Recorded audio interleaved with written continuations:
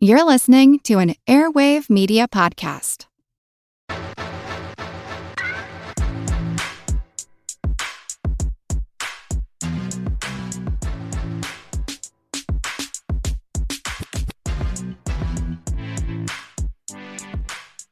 Nathan, have you ever heard of Dorothy Martin or The Seekers?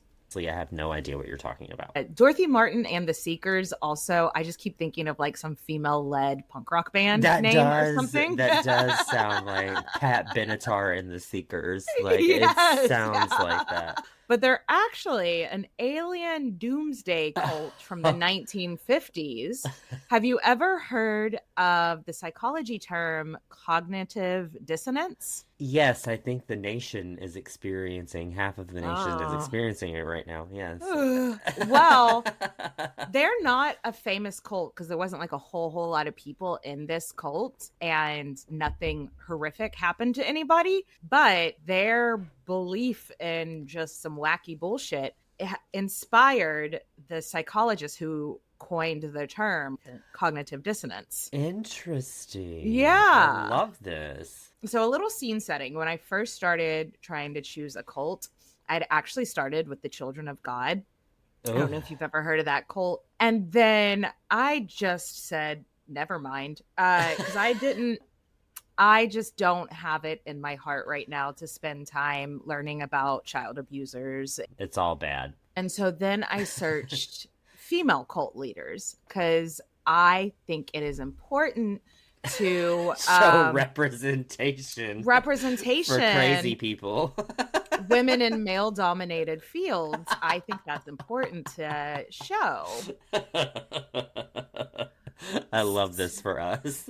So that is how we ended up with Dorothy Martin and The Seekers, the 1950s alien doomsday cult. I love a good alien cult. I do. It's great. You know, she reminded me, and a lot of the times when I was searching, trying to learn more about Dorothy Martin, Uriel kept coming up. Ruth Norman, who we did a podcast on before, who's also a UFO doomsday cult. So there are going to be some parallels to that story you told us a couple of years ago. And I also might be covering another.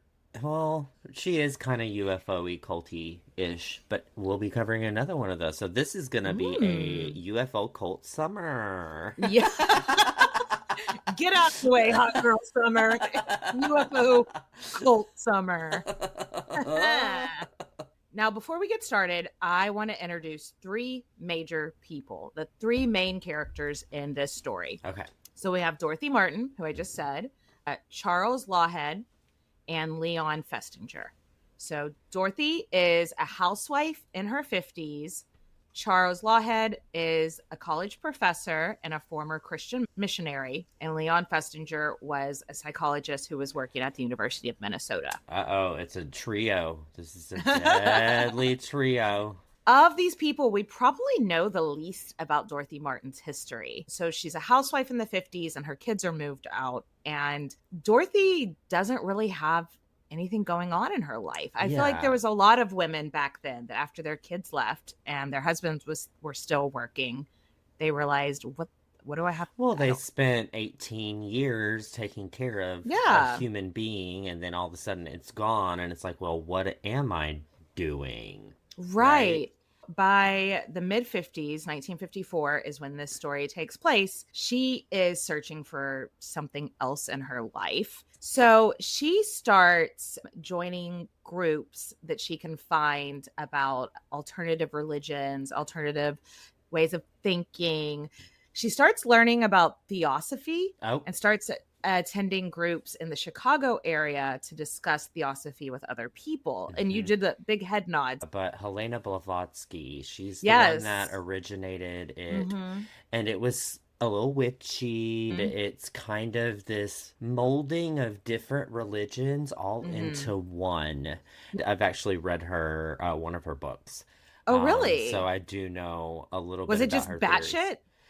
Yes, it was absolutely bad shit. I didn't go into too much about her, but I mean, just looking at her pictures, I was like, oh, that's a kooky broad. Yeah. That's a kooky broad right there. It's a lot. It's a lot. I'm here for it. And it was originally founded in the late 1800s, but here in mid-century USA, it's having a moment. Mm-hmm. So do you remember when we talked about the spiritualist movement in the Victoria Woodhull? These were intertwined. These were the same people that were influencing the spiritualism movement. The spiritualism movement, it's just basically like right after the American Civil War, people got really into seances and Ouija boards and et cetera, et cetera. And then similarly, in the 1920s, right after World War I, in the UK, they lost like 900,000 soldiers. They had a huge rise in spiritualism. It makes sense because they want to get in touch with their dead, soldier sons or whatever. 1950s, what just happened? Another war. World War II. I don't think all that... It's surprising that people were starting to get into theosophy. So also in 1947... there was a crash of an unidentified flying object in Roswell, New Mexico. Maybe you've heard of it. Maybe you've heard of it. It's just, keep that in mind that there's lots of reasons people are looking to the sky right now. It's Cold War. It's fresh on their brain, too. It's cold. It's the Cold War, and all of a sudden, like, people are talking about UFOs like they never have before. So people are really into alien shit in the 50s. Also in the 1950s, it's often considered the golden age of sci-fi and film and television. Absolutely. The space race was also starting in the mid-50s. Okay. And so, sci-fi and aliens and bombs and things coming from the sky, falling on you from the sky. So it's probably not surprising that another cult, religion, started around the same time. Nathan, do you know about Dianetics? Yep, that is written by the sci-fi writer L. Ron Hubbard and published in the 50s. Like, he started, it just left me. What's the name of the religion? Scientology. Wow. I couldn't tell if you were faking that or not. No, I wasn't. I just, no, it was a hello, darkness, my old friend. So back to Dorothy Martin. She is attending basically any kind of meeting she can find where people are discussing theosophy, religion, whether it be Eastern religion, Western, like anything. She's looking for something to do. One day, Dorothy is like chilling at home, and all of a sudden her arm goes numb. Like, and it feels like it's asleep, like when it's pins and needles. Like out of nowhere, she was like, what the hell is going on? But she feels the urge to pick up a pen, and she starts writing. It's not her handwriting. It's not what she's writing. Like, have you ever heard of the phrase automatic writing? For Dorothy, she believed someone else was using her hand to write, kind of like a Ouija board. Okay. But writing. I was like, I wanted to see some videos of it on TikTok, and now I've fucked up my TikTok algorithm. Oh no. I was like, I just want videos of dogs and children falling down. That is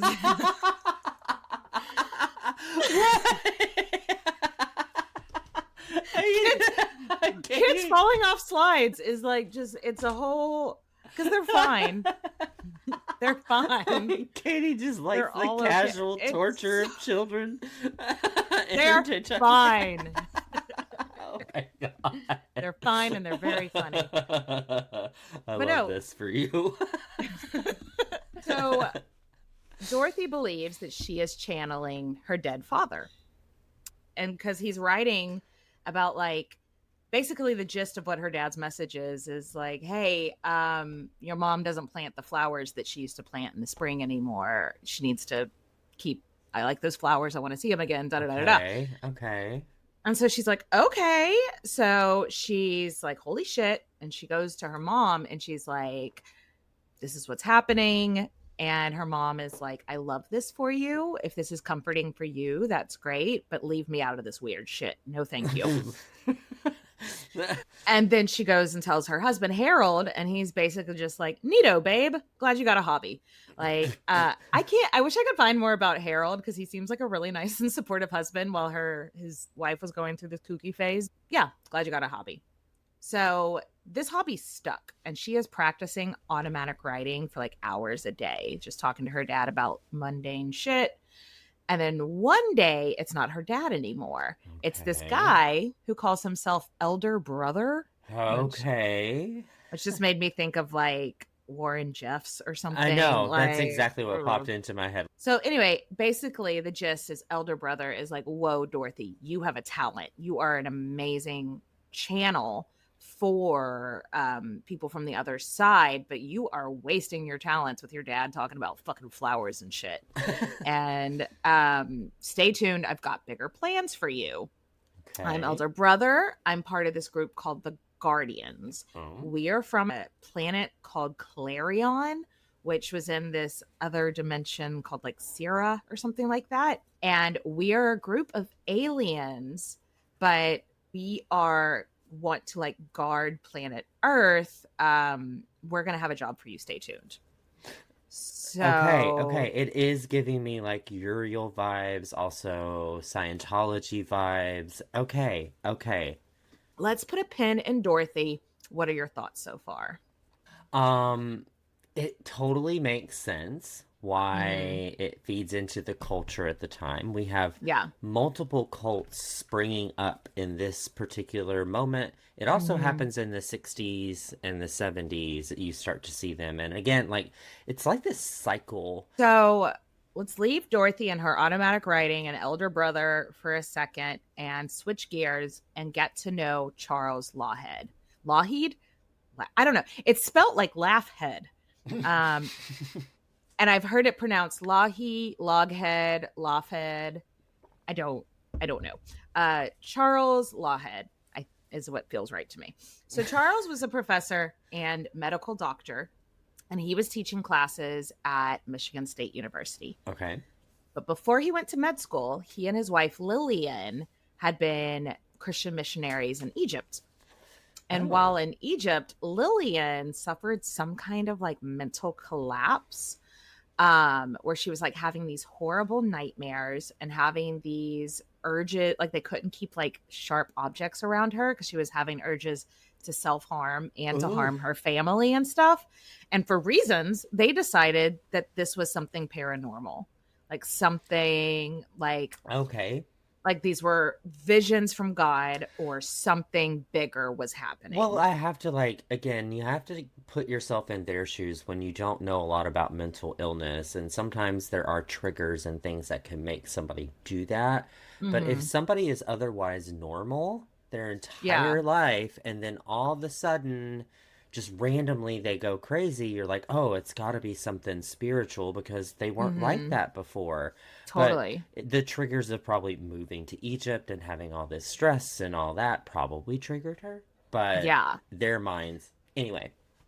They start researching all the different religions and way of thinking, like Theosophy, Hinduism, the I Am movement, which is a whole other thing we don't have time for. But they're also kind of in the same boat of like, what else is there? Like, they're still strongly Christian, but maybe being like, maybe that's not the whole story. Let's see what else there is to learn. Oh, and Lillian starts to get really into researching Atlantis. And so what is Atlantis? Do you know, Nathan? So I do know Atlantis. Atlantis is that quote unquote ancient civilization, yada yada. Mm-hmm. So the whole theory is Atlantis was a civilization before like the Greeks and that, and they maybe were a little bit different types of humans, but they lived on basically an island, and we didn't know about tectonic plates at the time. Exactly. And that island was kind of out in the middle of it's out in the middle of the Atlantic Ocean. Yes. And so it's somewhere hidden in the Atlantic Ocean because it was an island that eventually the earthquakes, made it fall underneath the sea. Yeah, exactly.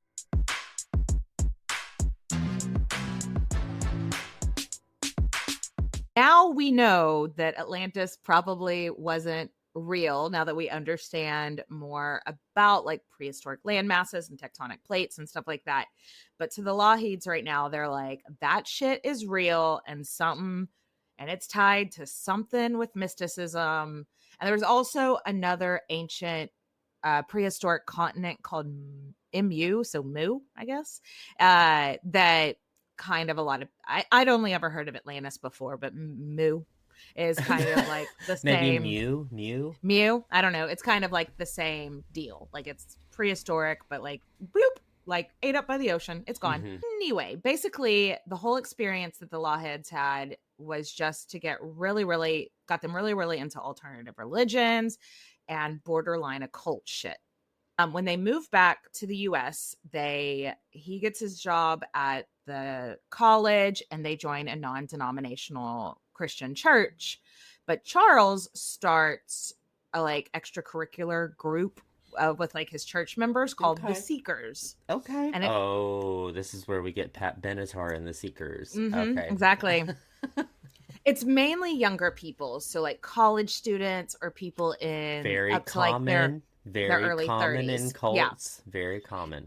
Well, like it's just like, yeah, we're Christians, but there's nothing in the Bible to say Jesus doesn't want us to learn what other people think. You know, let's just have these discussions. And it wasn't a huge group. It was like 15, 20 people. And it sounds pretty cool. Like they just would have potluck dinners and talk about theology and stuff. Cool. That sounds fun. Yeah. Nothing wrong with that. So because everything else that's going on in the culture in America, of course, UFOs and aliens became a regular part of this discussion. And this is how Dorothy meets the Seekers.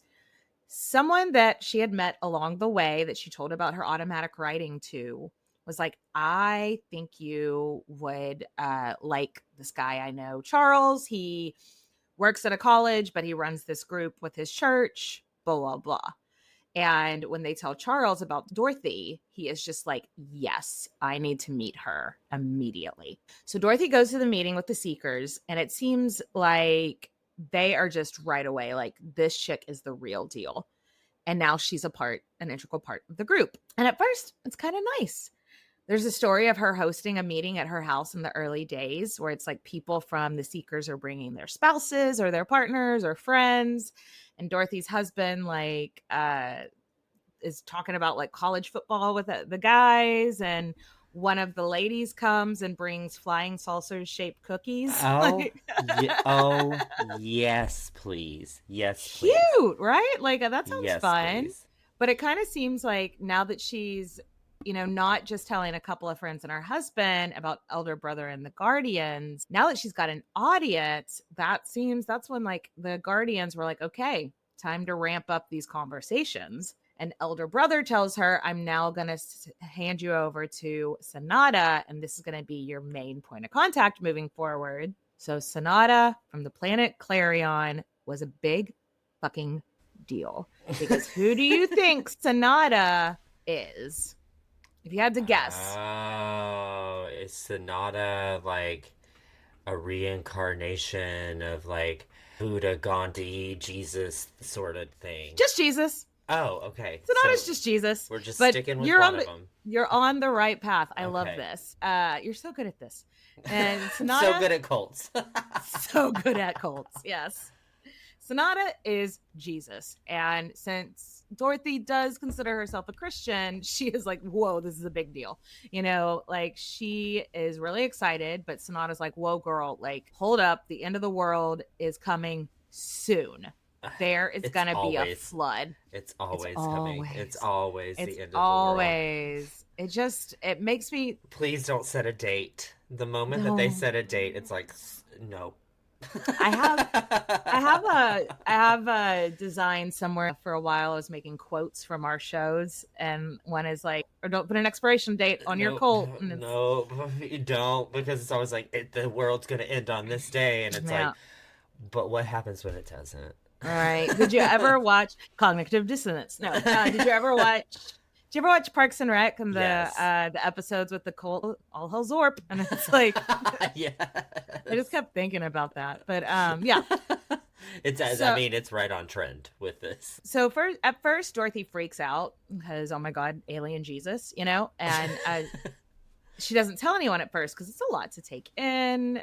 This is heavy. And so one thing you're going to see quite a few times is Dorothy is a really reluctant leader. I don't think she ever wanted to be a cult leader or a public figure. I think she just genuinely felt like Sonata is like telling us that we're all going to die, and felt like it was her personal responsibility. So she doesn't seem to really love the limelight, and she's often reluctant to share what the alien space gods are telling her. But Sonata gets annoyed that she's freaked out and keeping this all to herself. So on Easter 1954, which would be like April 18th, I think, Sonata sends her a message telling her to chill the fuck out. And so this is all pretty much documented in a book that Leon Festinger, which we'll get to in a minute, wrote, called When Prophecy Fails. He publishes a lot of her stuff that she did with her automatic writing. I have shortened this down. You are welcome. But on Sonata tells her on Easter 1954, "What can you do for us? Well, you can go tell the world that we have at last contacted the Earth planet with waves of ether that have become tactable by the bombs your scientists have been exploding. Now that the bombs have broken the barrier, we can break through." So what Jesus is telling her is that after Jesus alien, Sonata, is telling her is that after we dropped the atomic bomb, Hiroshima and all that, it broke some kind of barrier. It opened up a portal. Yes, that's what Sonata is telling her. This is all on trend with like that's. This is the what science everybody fiction believed. stuff. Yeah, the sci-fi, the atom bomb, that all of this, we broke through some sort of time-space continuum thing. And this is whenever you get the buildup of like Star Trek and all of that starts to get popular. So yeah, this is tracking. So Sonata is like, you have to start telling people, because we up here on Clarion have been trying to reach Earth for a really long time. And now that we finally can, you have to start telling people. And then she's like, all right, well, okay. So that's when she calls up Charles Lawhead and is like, hey, so here's the deal. They're going to come. They're going to flood us. They're going to do what happened to Atlantis. And there's this huge thing. Because like when she did these automatic writings, she would sometimes be writing for like 10 hours at a time. Good night. Holy right? moly. She has all of these things, like long descriptions about this ocean is going to rise, and lots of references to ancient civilizations and like Atlantis and Mu or whatever, and how really like the safest place is going to be the Appalachian Mountains because that's like the highest point. Okay. Like, but everything else is going to be underwater and blah, blah. Like I can't help but think about like when I think like writing for hours and hours and just all this crazy shit that she's spouting off and how specific it is. In the 50s, weren't doctors just kind of giving bored housewives cocaine all the time? Yeah, they were. Do you think maybe there's a connection here? That could be very, very possible. And that would make sense, because how else would you be able to stay up for 10 hours writing? That does seem like, oh, go do a little bit of cocaine to get rid of your depression. And it's like, okay, you just started a cult. And now she starts a cult. Yep. And also, I worry a lot about when I retire. Like, if I'm not, I can be lazy, but if I'm lazy every day, I get really depressed. So like, I worry about what am I going to do when I retire? Am I going to like have to get another job or something like that, just a couple of days a week to keep myself busy? Now I'm worried I might start a cult. I would possibly do the same thing. Yeah, I know. Let's take up like volunteer work instead. Yeah, that would preferably. Yeah. Anyway, so she calls Charles Lawhead and she's like, I know it's Easter. I know you're busy with your family, but Sonata let me know that the end is near. The oceans, the tectonic plates, the bombs, the blah, blah, blah, blah. And he's given me a date. The end of the world is August 1st, 1954. Baby girl, the flood what is coming. You doing? What is you doing, baby girl? You didn't get the memo? Don't put an expiration date on your cult. She didn't know. She wasn't a Queen's podcast fan. I'm sorry. She wasn't. The end is nigh. And of course, it's in Leo season. Jesus. It would August be. 1st. It would be August 1st, 1954. The flood is coming. So she tells the Seekers, we got to get ready. I know it's April now, but August, let's spread the word. And Sonata and the Guardians are going to be coming. At first, it was like head to the Appalachian Mountains. But then Sonata came back and was like, actually, I'm just going to come pick you up. Actually, I'm just going to order you an Uber and you just hop in and you'll get here. So this is where you need to meet us and we'll come pick you up. She tells the Seekers and she tells them to tell their friends and family. But then Charles writes a letter to all the newspapers and is wanting people to publish so that everybody can be saved. Oh, I think Charles wanted to be a cult leader, I think is what was really happening here. Because he was pushy. He was pushy. And there was times when Dorothy was even like nervous that everyone's going to think she's crazy. So she's like, let's not tell everybody. But he is... I mean, he's kind of abusing his position as a teacher at his university by like pushing this and telling everybody, like pressuring his students to get into it. I think he wanted to be a cult leader. And Dorothy is a lot more apprehensive. But he goes ahead and he writes to a couple of newspapers, and I think one of them printed it. And so there was outside of just like the group of the Seekers and their friends and family, there was like maybe 10 or 15 other people that showed up, Okay. Okay. Yeah, it doesn't seem like there was a huge uptick, but some people did come. One person that got that newspaper is Leon Festinger. Oh. And he was like, well, this is interesting. Leon Festinger had at this time just finished like writing a research paper on this 17th century historical figure, which I went down a rabbit hole on, called Sabbatai Zevi. So Sabbatai Zevi was 17th century Jewish guy in Turkey, and he was very charismatic, and he convinced a small group of Jewish people that he was the Messiah. Okay. But he also put a deadline on his cult. And when that day came and went, none of the miracles that promised were happening. Everybody was like, clearly God is testing us to see if we're real believers. Okay, and so you're telling me that this guy, this Leon, he gets into this cult because he was researching cult leaders. Yes. Well, no, he's researching. Let me finish telling this story. And he's researching like the mental gymnastics people put themselves through, trying to hold on to their beliefs, because this Zevi guy from the 17th century, when their like doomsday didn't happen, he actually got a lot more followers, and his followers became even more diehard because it was like, oh, well, God is testing us, and now we need to spread the word. And so over the next 5 years, Zevi, traveled around Jewish communities all over Europe and gains more and more followers. And he must have been really charismatic because all like thousands and thousands of Jewish people were just like, yep, he's the Messiah. And like they're treating him like a king. And he's just like this random guy. So Zevi once again starts talking about end of days, and all his followers are like, well, you got to do something about this. We need to like really spread the word. Mm-hmm.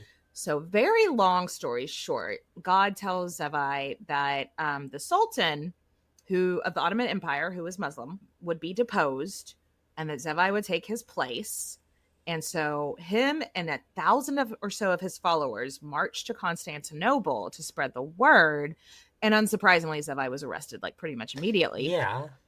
And the Sultan goes, all right, you can be a martyr or you can convert to Islam. And Zevi was like, I've been hearing such good things about Islam, actually. Oh, this is so great. And so when he converted, all of his followers did one of two things. Either people went, fuck this, and then went back home, back to their lives. But then the other half went, oh, well, this is God's plan. He wants us all to be Muslim. Wow. And they converted. Wow. And so that is what Leon Festinger was trying to study. How do people live with opposing knowledge in their head? How, like, if you have a diehard belief and you are given proof that it's How wrong. How do you rationalize that? How do you make that make sense? And people do. And they do, which we will get into. And so that's when Leon Festinger was like, okay, I want to see how this plays out. So he has a couple of his grad students go to this August 1st, UFOs are coming to get us party in a field. Fun. Yeah. And he's like, I want y'all to basically become part of their group and take notes and like let me and like report back to me. And that's what they did. So Festinger sends them and they go and start mingling with the seekers. Everybody is they believe that Sonata and the crew, the Guardians, are coming to get them at this like air base outside of Chicago. So the grad students go and start mingling, and they realize that there's a lot of people in this group that have like quit their jobs or dropped out of school, stopped studying for their finals, because what's the point? And again, like the hardcore group is only like 30 people or something, but still that sucks for those 30 people. Yeah. So they are at this airfield. It's August 1st, 1954. They're chilling, and they don't have an exact time of when Sonata and them are going to be there. So they've kind of brought a picnic.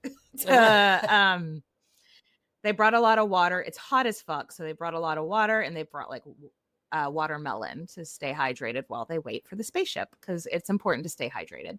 So this one guy kind of like wanders over, and everybody was like, just thought he looked kind of weird, looked lost, looked out of place.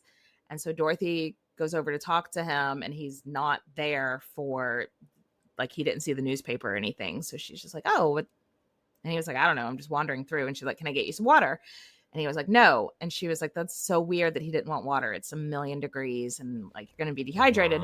And she goes, I'm going to go to my car and get you some watermelon. You stay right here. She turns back around. He's gone. What? And she was like, well, that was weird. And everybody was like, that was fucking weird. Where'd he go? You turned around and just probably just like, I don't want to talk to these people. I don't want the watermelon. Just ran off. Yeah. Yeah. Yeah. So she later, what she says to the newspaper about these guys in a later interview, she said, I looked at his eyes that looked through my soul, and words that sent electric currents to my feet. I knew something was going on that I didn't understand. I knew I was close to something. Oh, no. So she takes this as like some divine. Yeah. Okay. Mm-hmm. So unsurprisingly, the spaceship does not come. And everybody goes home disappointed. And Dorothy's beating herself up. Like, she is taking this to heart.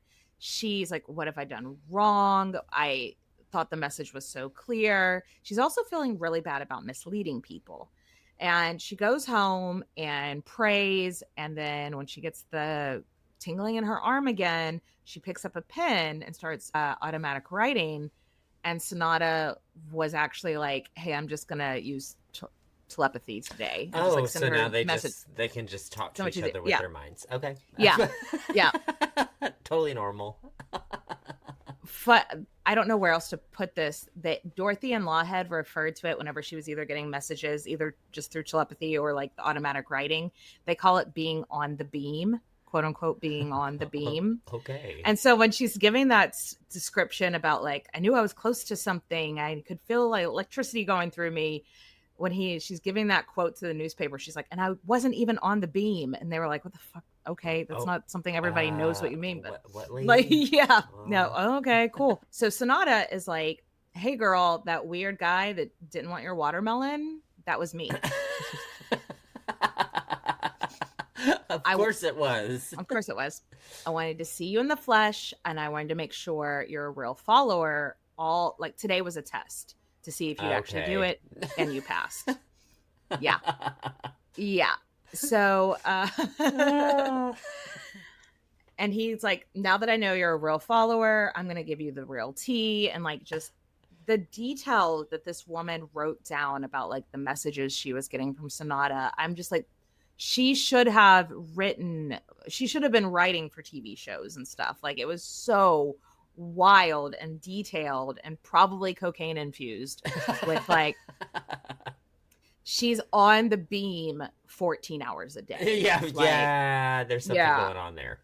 Lots of coffee, if nothing else. Yes. And so this is kind of when, like, the Lawheads, Charles and his wife, more or less like move in with Dorothy and her husband, or she's like staying with them for long periods of time. And they are just spending for the next few months, like basically every day, quote unquote, on the beam, and like doing automatic writing and praying and discussing and so on and so on. And the other people in the group, which are only like 30 people or so, are coming and going. But also remember, a couple of them are actually spies, grad student spies. Ooh. But they get a new date. Okay, that was a practice run. You passed the test. The new date for us to come pick you up is December 21st. 12/21. Yes. Okay,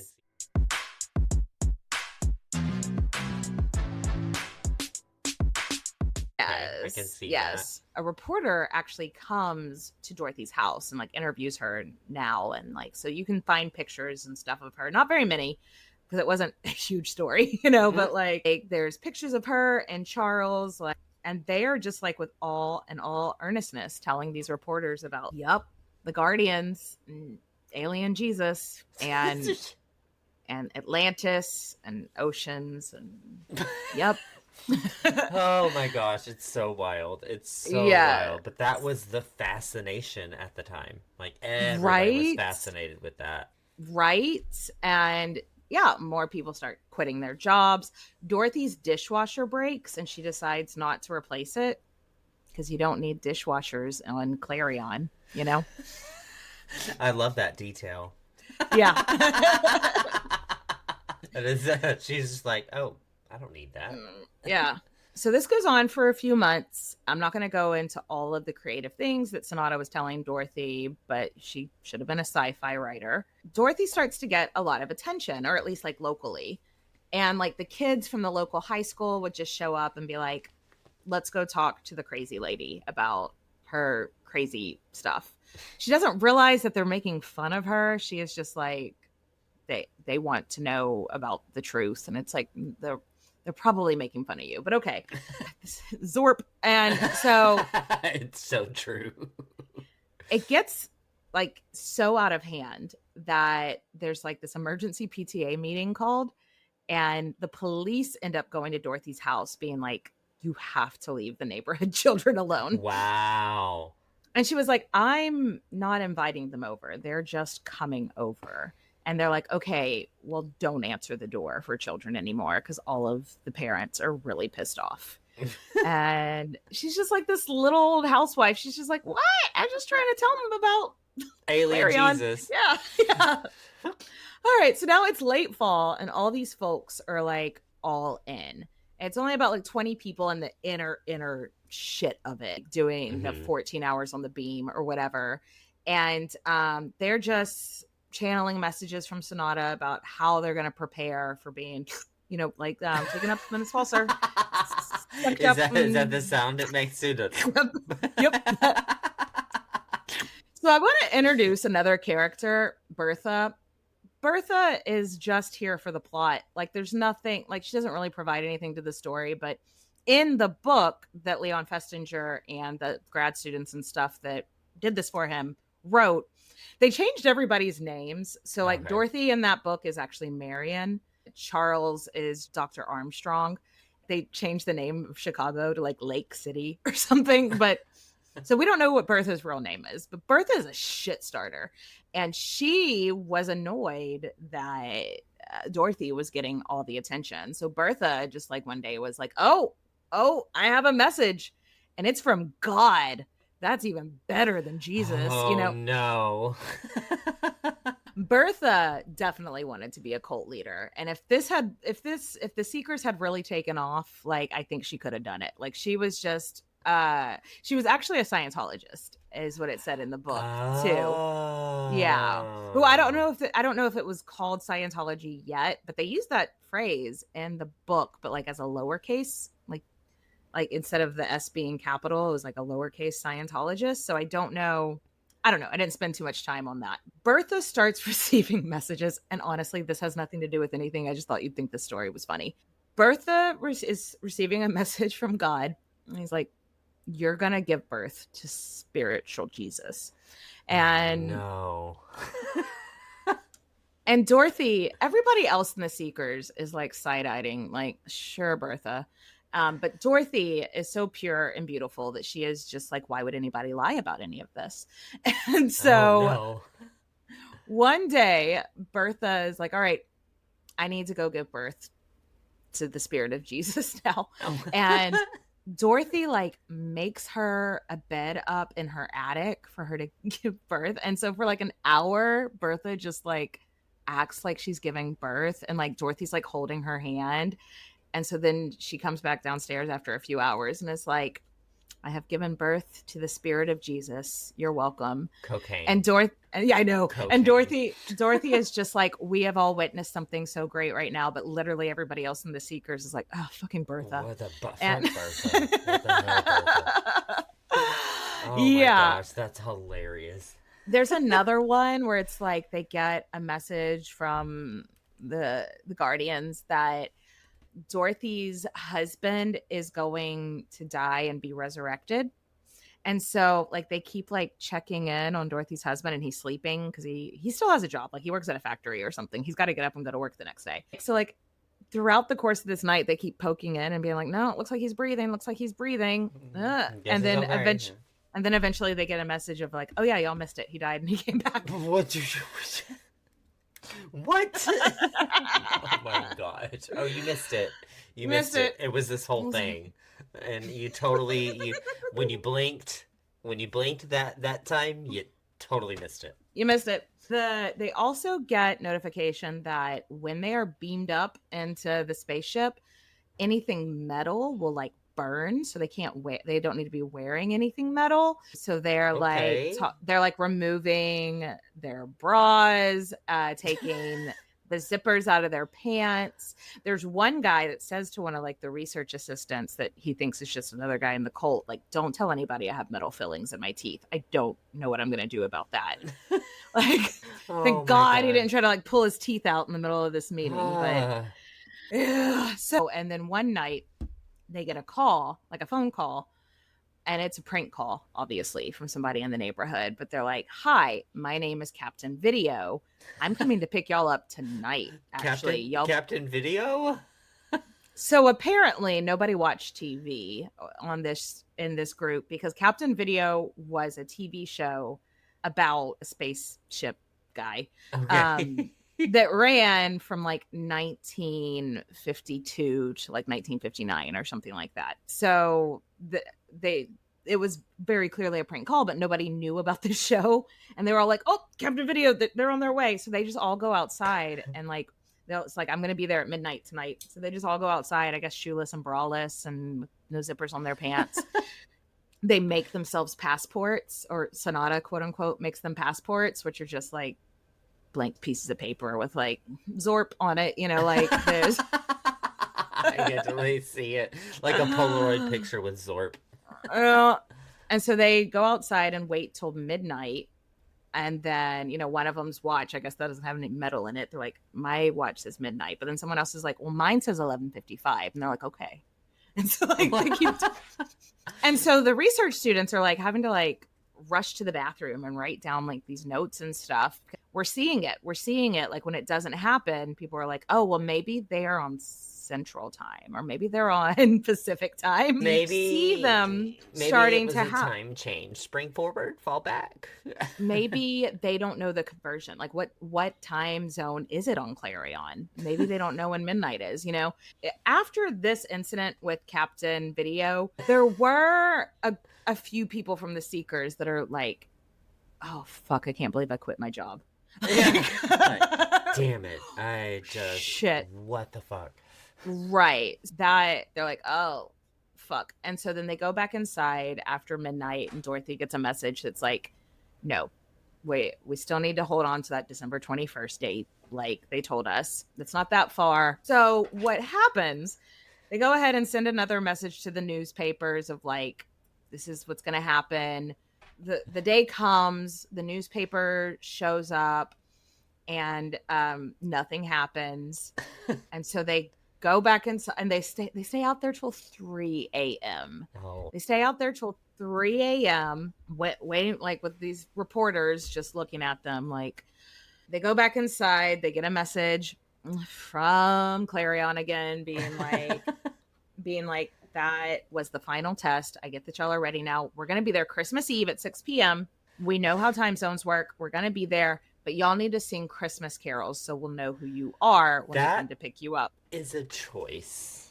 That's a choice, because no one else is singing Christmas carols on Christmas Eve. Yeah.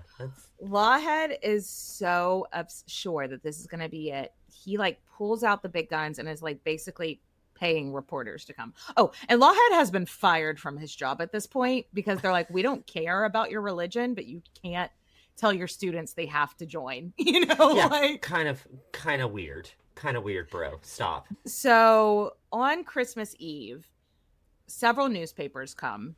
200 people come to watch the Seekers sing Christmas carols for about an hour, and then nothing happened. And then everybody leaves, or, well, it's a bit of a media circus, kind of, because, like, they're in Chicago, but I think it's actually like a suburb, like a kind of a suburb town. So you can easily get there.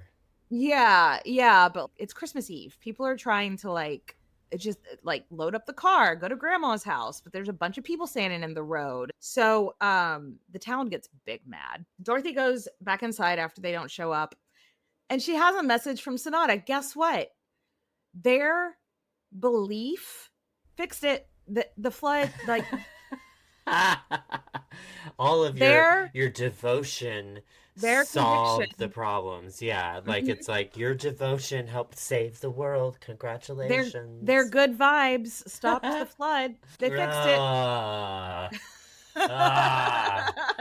Gosh. So after this, the Seekers more or less disband. There's still a few followers that are, like, really into it, but for the most part, most, like Festinger wanted to see, about half of the people would be like, oh my fucking God, I can't believe I gotta replace my dishwasher. You know, like, I can't believe I quit studying for finals.